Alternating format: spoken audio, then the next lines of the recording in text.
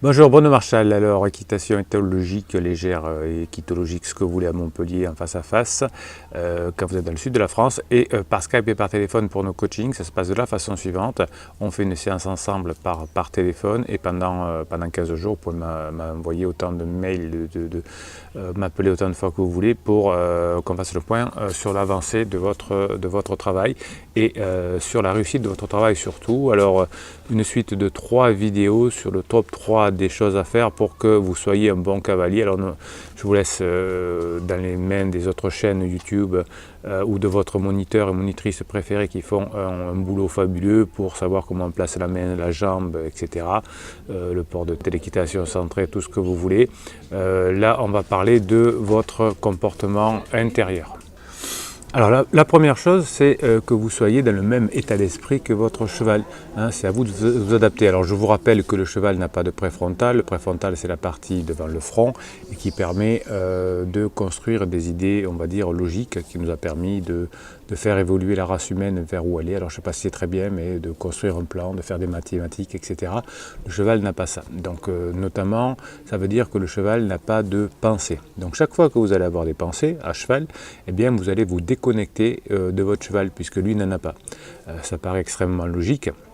Alors, toute l'équitation classique, western, etc. ne parle pas de ça forcément, hein, puisque on est sur des méthodes traditionnelles techniques, et c'est très bien, hein, c'est un complément à ce que je vous raconte ici, mais vous ne pourrez pas vous améliorer de façon significative si vous avez des pensées dans votre tête quand vous montez. Alors ce qui est génial, c'est que lorsqu'on s'habitue à le faire à cheval, ensuite on peut s'habituer à le faire dans sa vie de tous les jours, et ça nous amène des choses extraordinaires, que lorsqu'on n'a pas de pensées aléatoires, on est beaucoup mieux dans sa vie.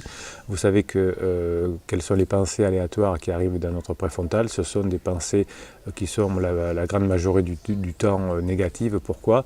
Parce que tant que le cerveau a des dossiers ouverts et qui ne sont pas conclus et fermés, il y pense. Donc il cherche des solutions. Donc on cherche des solutions à des choses qui ne sont pas encore trouvées, qui sont encore problématiques. Donc forcément, on crée du cortisol lorsque l'on crée ça, ou de la noradrénaline, ce qui stresse le cheval, hein, puisque la noradrénaline et le cortisol sont les hormones du stress. Donc quand vous avez des pensées aléatoires qui deviennent négatives, vous allez avoir votre corps qui va se tendre, et bien évidemment votre cheval qui est très instinctif et beaucoup plus sensible que nous depuis la nuit des temps, puisque c'est grâce à cette sensibilité qui survit, ressent une variation de battement de votre cœur à 20 mètres, alors quand vous êtes sur son dos ou à côté et que vous commencez à émettre du cortisol, bien évidemment qu'il le sent par l'intermédiaire de ces neurones miroirs. Hein. Vous avez d'autres vidéos sur ce thème sur cette chaîne. Donc qu'est-ce qu'il convient de faire? Eh bien, il y a des méthodes, bien évidemment, pour faire taire à ces pensées. Alors ça demande un gros travail, malheureusement on devrait le faire en cours d'équitation, ça devrait être nécessaire et appris au niveau du galop 1. Non, je plaisante bien sûr, vous avez compris. L'équitation telle qu'on l'apprend, et c'est très bien comme ça, il n'y a que de technique. On n'apprend pas ce genre de choses, on apprend un peu de physiologie, et on commence à apprendre du comportement du cheval. On ne va pas commencer à parler de psychologie et de fonctionnement de neurosciences. En revanche, si vous êtes propriétaire de votre cheval ou si vous voulez vraiment progresser à cheval, il faut apprendre à faire cesser ses pensées. Alors je vais vous donner deux choses simples pour y arriver. La première, c'est de sortir de son schéma de pensée interne pour aller vers un schéma de pensée externe. Et pour cela, vous allez regarder ce qu'il y a autour de vous. Je vois devant moi un panneau d'immatriculation de voiture, je vois cet arbre et je le décris, etc. Alors, bien évidemment, vous allez éviter de le juger, parce que quand vous allez éviter de le juger, il est grand, il est gros, c'est le préfrontal qui fonctionne.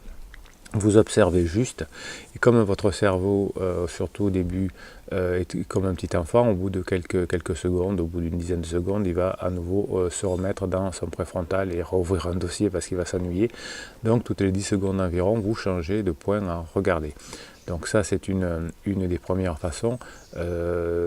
Pour moi, c'est super efficace, et vous allez voir que vos pensées vont s'éteindre et que votre cheval va être beaucoup mieux avec vous et qu'il va se détendre.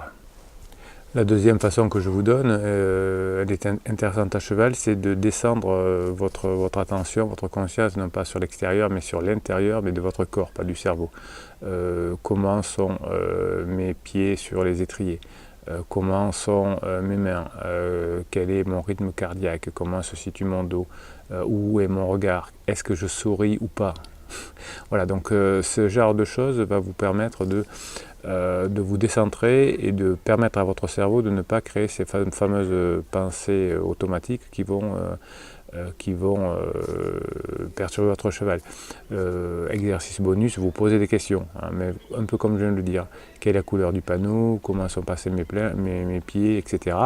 Voire de temps en temps, vous pouvez même faire combien font 28 moins 6, voilà, etc., etc. De façon à ne pas laisser créer ces pensées cortisol que j'appelle, donc ces pensées stress, qui vont vous tendre dans votre corps et donc perturber votre cheval. Donc tout ce que vous aurez appris avec votre moniteur ou avec votre monitrice ne sait pas que ça servait à rien, mais ne seront pas optimums puisque votre cheval sera stressé et perturbé par vos pensées automatiques. Voilà, alors c'est pas une vidéo que vous voyez souvent en équitation, mais c'est une vidéo qui peut faire avancer l'équitation, en tout cas c'est mon souhait.